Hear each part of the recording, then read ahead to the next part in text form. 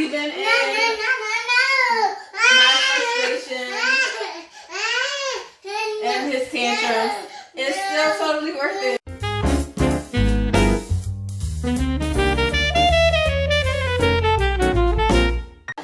Hi everybody, I am Arlette Hardy, blogger and joy strategist from chasing-joy.com, and I am here with baby Joy Chaser running around to give you guys a update, I guess, or I don't know, just a video on how we're doing right now.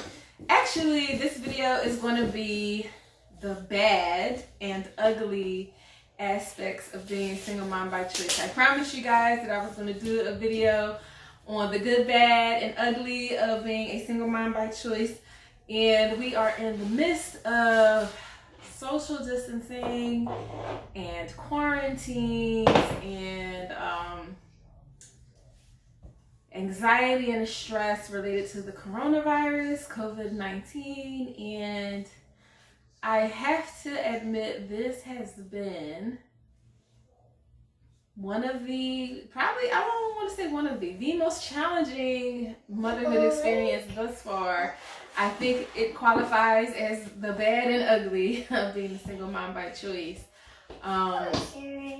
Because, you know, it takes a village to raise a child, whether you are married or single with a partner, or completely single like myself, or single like me but maybe like living with a parent or some other social network. It takes more than one person, and this isolation, social distancing, has pretty much robbed me of my support system. My niece does live with us, but she's somewhat helpful, but you know, she's 19, soon to be 20, and we're pretty much on opposite schedules. She's up late at night, she's sleeping in the morning, so she will look after him when I ask her to. Like, I had a conference call today and she did, but for the most part it is just me and him toughing it out, and it has been challenging. So about 2 weeks ago, right before my birthday, and you guys, if you've been following, so I did that whole video on celebrating my 40th birthday, my big party, well, postponed. And so right before that, we were told to go on social distancing, we were told to telework, and you know, we were allowed to have our children at home while we telework, which is usually not permitted. And so he's been here with me every day.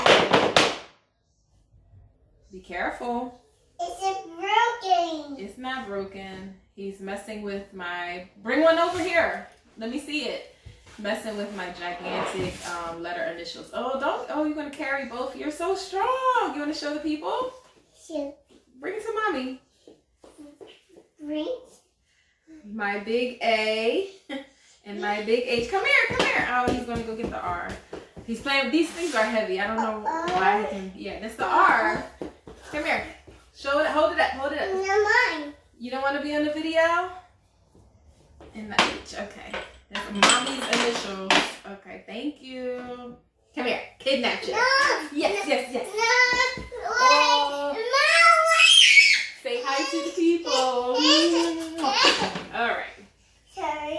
Oh, sorry. Yeah, you can put the letters back now. No. You put them. Okay. Put the train. Say hi. No. Okay. Put the train. You made a train.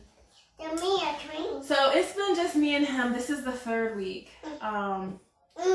So that's 3 weeks where I've not spent any time away from my child, other than when he's been sleeping in his room and I've been sleeping in my room, until today, where I went out for an hour. So it's just been me and him, no break, and it's tiring, especially because I'm trying to also work while he's here, which he's not used to me doing that. When I came off maternity leave, I had actually been putting him in daycare before I went back to work, because I felt like the time that I was with him, I was always multitasking and I wanted to stop. So I put him in daycare starting out when he was only a couple months for a few hours once a week, then a few hours twice a week, and I would do things around the house and other things so that when he was home, I could be more present. And I pretty much have maintained that up until 3 weeks ago. When he's home, I'm present with him. We play, we read books, we might watch TV, but we talk about TV. And now I'm having to work from home.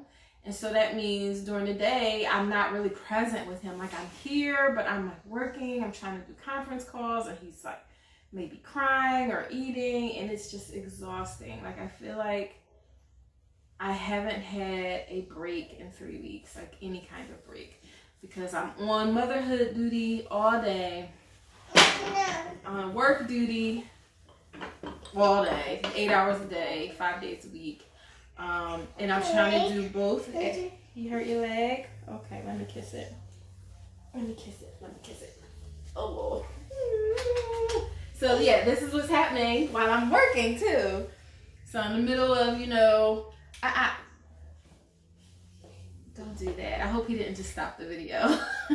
He found my little clicker. So, I might be in the middle of, an important email or some other stuff, and I have to kiss a boo-boo. Or I have to change a diaper, or he's screaming because he's overtired and needs a nap, but at the same time, I have a coworker or not just a coworker, an employee, because now I'm a supervisor, calling me. So it's been extremely stressful. This is the most challenging thing I've experienced thus far. And I would definitely say it qualifies as the ugly part of being a single mom by choice, because there's no partner to switch off on. There's no other side of the family who maybe could help. Like there's no mother-in-law or anybody who, could have been like saying, hey, why don't you come here and quarantine with us to give me some help because I have to work.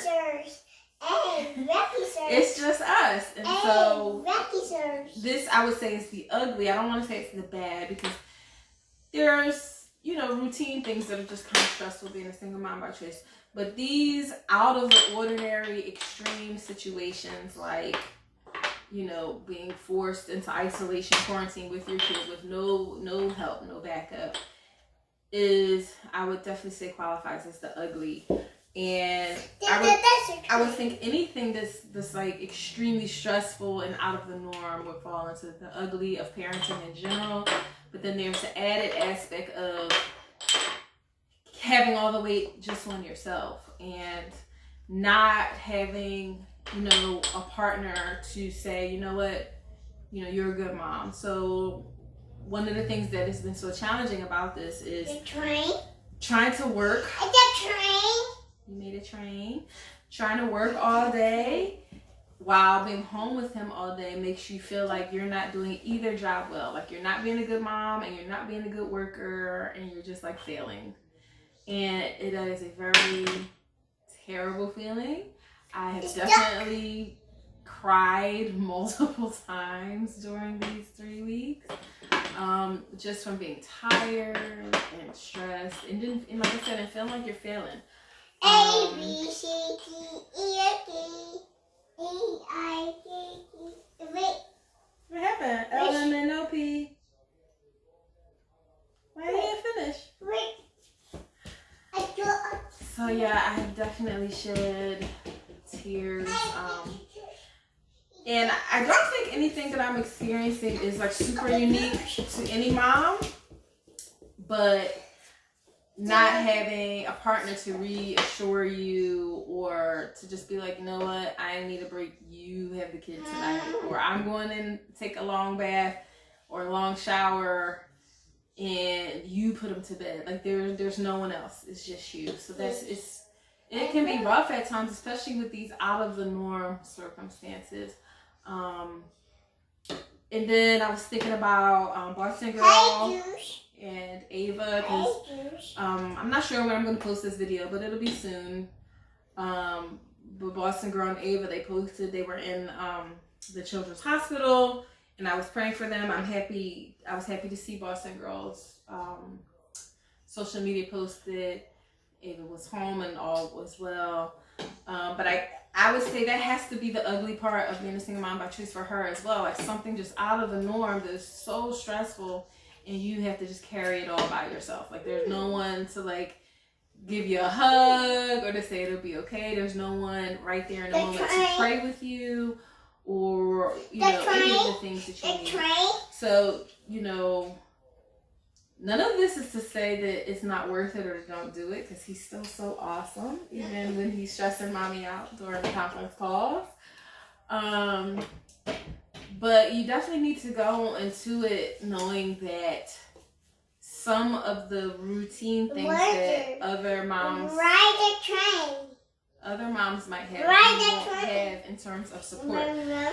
So you have to work harder to build your support system and to nurture that support system. So right now, my entire support system is being socially distant, as they should, because we need this coronavirus to go away. We're doing our part to flatten the curve. So that means I have to rely more on my more distant. Okay, don't break the table. Don't do that.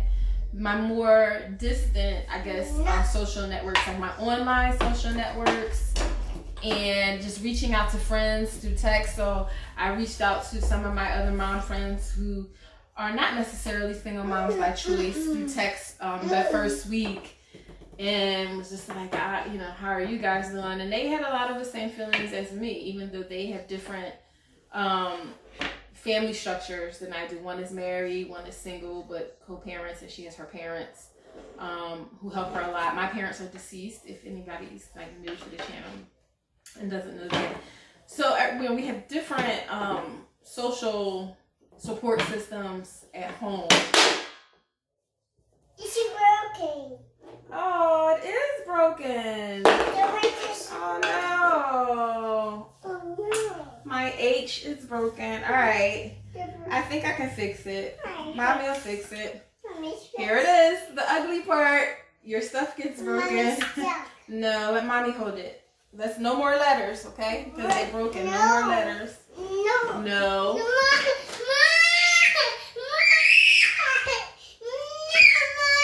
So this is real life. This is real life. So, no, it's broken.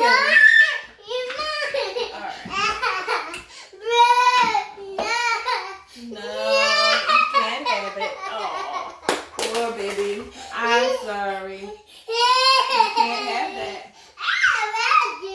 Okay, guys.